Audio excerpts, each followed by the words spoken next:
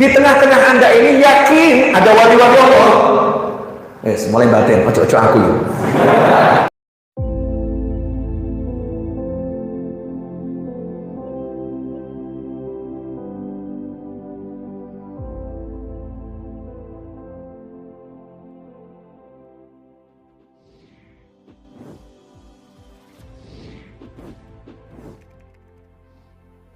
Mengutip kalimat dari Sayyidina Imam Ali Zainal Abidin radhiyallahu anhu. Beliau berkata, "Innallaha khaba'a thalathan fi thalath." Sesungguhnya Allah menyembunyikan 3 hal di dalam 3 hal. Saya yakin semua sudah pernah dengar kalimat mulia ini karena diucapkan oleh cucu Nabi yang mulia, As-Sajjad Sayyidina Ali Zainal Abidin radhiyallahu anhu. Innallaha khaba'a thalathan fi thalath. Allah menyembunyikan 3 hal dalam 3 hal. Khaba'a ridahu fi ta'atih fala tahkiru min ta'atihi syai'a fala alla ridahu fi. Allah menyembunyikan keridhaannya dalam ketaatan kepada Allah.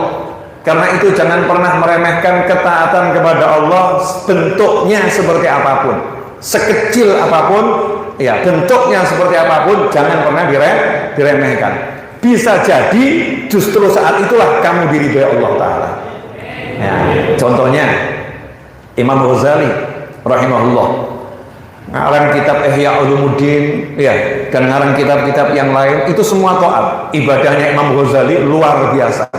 Tapi ternyata setelah beliau meninggal dunia ditanya, apa yang paling menyelamatkanmu di akhirat sana? Jawabannya lalat, laler ya, lalat yang minum tinta ketika saya nulis. Ketika saya nulis, tintanya mampir ke pena saya yang ada di tempat tinta.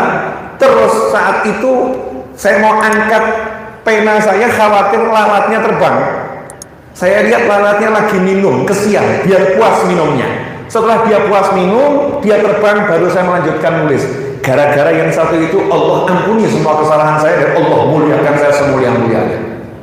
Bukan berarti amalan Imam Ghazali yang lain gak manfaat, semuanya manfaat. Tapi yang satu ini kan dipandang remeh gitu ya, dipandang remeh, dibanding tahajud, ya, dibanding baca Al-Quran yang mungkin ribuan kali, dibanding mungkin istighfar yang jutaan kali, atau sholawat setiap hari puluhan ribu kali. Mungkin yang begini dipandang remeh. Ternyata ridhahu fi, di situ letak Allah meridhoi kita. Makanya jangan pernah meremehkan amal kita atau amal orang lain, sekecil apapun. Misal ada teman kita kok nggak pernah pengajian MR, nggak pernah ikut MR, nggak pernah. Ternyata ketika ikut MR tuh nggak pernah ikut baca maulid, nggak pernah masuk di dalam. Sebetulnya dia bisa masuk di dalam, tapi dia nunggu parkir dan nggak pernah ikut online. Jadi parkir juga nggak ngaji, dah parkir tok gitu ya. Jangan kita kemudian meremehkan. Kamu di MR sebetulnya parkir sambil dengerin kajian kan bisa, tapi kamu cuma parkir tok itu, wah nggak manfaat kamu parkir, sayang buat kamu. Jangan remehkan. Bisa jadi yang parkir itu dapat ridho lebih banyak dari kita yang di sini. Bisa jadi lebih ikhlas, nggak ngerti kita. Makanya setiap orang udah berbuat baik, hargai. Dirimu bisa berbuat baik, hargai, syukuri. Orang lain bisa berbuat baik, hargai, syukuri. Insya Allah nanti ridhonya Allah akan turun. Yang kedua, Allah Subhanahu wa Ta'ala menyembunyikan murkanya di dalam kemaksiatan kepada Allah. Wa khaba'a sakhtahu fi ma'siyatih fala tahkiru min ma'siyati syai'a fala alla sakhtahu fih. Allah menyembunyikan sakhtahu atau sukhtahu di dalam kemaksiatan kepada Allah. Murkanya Allah, marahnya Allah, Allah sembunyikan dalam kemaksiatan. Karena itu jangan remehkan kemaksiatan sekecil apapun. Bisa jadi maksiat yang kita pandang kecil itu saat itu Allah lagi marah. Allah lagi marah. Sehingga naudzubillah min dzalik, celaka kita karena mendapat marahnya Allah Subhanahu wa Ta'ala. Jangan pernah membanding-bandingkan dosa. Dosa kecil, oh itu dosa besar, oh ini dosa kecil. Cuma lihat cewek dosa kecil, bukan dosa besar, dosa kecil. Jangan kamu anggap itu dosa kecil. Setiap kesalahan kepada Allah adalah besar. Berani sama Allah berarti besar. Ulama membagi dosa besar dan dosa kecil itu hanya untuk menenteramkan jiwa kita. Yang kecil-kecil itu insya Allah udah dimaafkan. Dengan kamu sholat 5 waktu, insya Allah udah dimaafkan. Tapi bukan ngajarin kita berani sama Allah. Kalau dosa kecil gak apa-apa, lakuin aja, kurang ajar betul. Gak ada ajaran seperti itu. Semua maksiat harus dihindari, terutama upaya meremehkan dosa kecil harus disingkirkan. Siapa tahu dalam kemaksiatan kita yang kecil, di situ Allah murka. Dan nasihat ini cocok buat orang-orang yang ahli ibadah, ahli ilmu. Kenapa? Mungkin ahli ibadah, ahli ilmu kita-kita ini, yang ahli majelis merasa, oh alhamdulillah saya zina enggak, oh saya mencuri enggak, saya mabuk enggak, oh saya aman-aman saja, oh saya paling cuma lihat cewek, yang cewek paling lihat cowok, wah paling cuma gitu-gitu, beres dosa-dosa kita selesai. Ini bahaya ini. Bisa jadi kamu ketika melihat perempuan yang haram tadi, Allah lagi murka sama kamu lebih daripada murkanya sama wanita yang zina. Naudzubillah min dzalik. Yang ketiga, kata Sayyidina Ali Zainal Abidin radhiyallahu anhu, wa qaba'a wilayatahu fi khalqih. Allah menyembunyikan derajat kewalian itu, wali-wali Allah disembunyikan di tengah-tengah makhluknya Allah. Karena itu, fala tahqiru min ibadihi ahadan. Jangan sekali-kali meremehkan hamba Allah, karena bisa jadi yang kamu remehkan itu adalah wali Allah, orang yang dipilih sebagai wali Allah. Nah ini yang mengilhami saya. Ini jangan-jangan walinya ada yang di belakang itu. Jangan-jangan walinya yang nabur rebana. Jangan-jangan walinya yang nata mic, yang angkat podium ini. Kamu jangan kemudian muliakan saya, lihat yang angkat mic, angkat podium, kamu anggap Allah bagian angkat podium. Walinya dia ini. Kalau walinya dia bagaimana? Mungkin walinya yang lagi bagian ngosek WC, itu walinya. Kita nggak ngerti. Wali Allah itu Allah sembunyikan di tengah-tengah hambanya. Allah akan menyembunyikan wali-walinya yang khusus. Kalau yang kelihatan itu kurang khusus. Ya kalau bahasa Jawanya diler. Ada wali yang diler.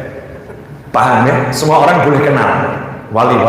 Itu rahmat untuk hamba-hamba Allah. Rahmat untuk hamba-hamba Allah. Biar mendekat para wali, biar dapat barokahnya, biar dapat rahmatnya Allah di situ, dapat syafaatnya. Itu rahmat dari Allah untuk umat Islam, umat Nabi Muhammad SAW. Tapi ada wali yang Allah sembunyikan. Kenapa disembunyikan? Kekasihnya Allah khusus. Gak boleh setiap orang lihat, gak boleh setiap orang tahu, disembunyikan khusus. Bisa jadi yang khusus ini pangkatnya di bawah yang umum. Yang umum bisa jadi pangkatnya lebih tinggi, seperti Nabi Khidir dengan Nabi Musa. Nabi Musa pangkatnya lebih tinggi daripada Nabi Khidir. Tapi Nabi Khidir alaihissalam sama Allah disembunyikan. Nabi Musa mau carinya pun dibuat susah, suruh jalan kaki sampai ketemu pertemuan dua laut. Nah pertemuan dua laut itu di mana? Alamatnya pakai ikan yang udah digoreng. Kalau ikannya hidup lagi ya di situ, kan susah. Tidak mudah untuk mendapatkannya. Nabi yang pangkatnya tinggi, Rasul yang pangkatnya tinggi, disuruh cari Nabi yang pangkatnya di bawahnya. Kenapa?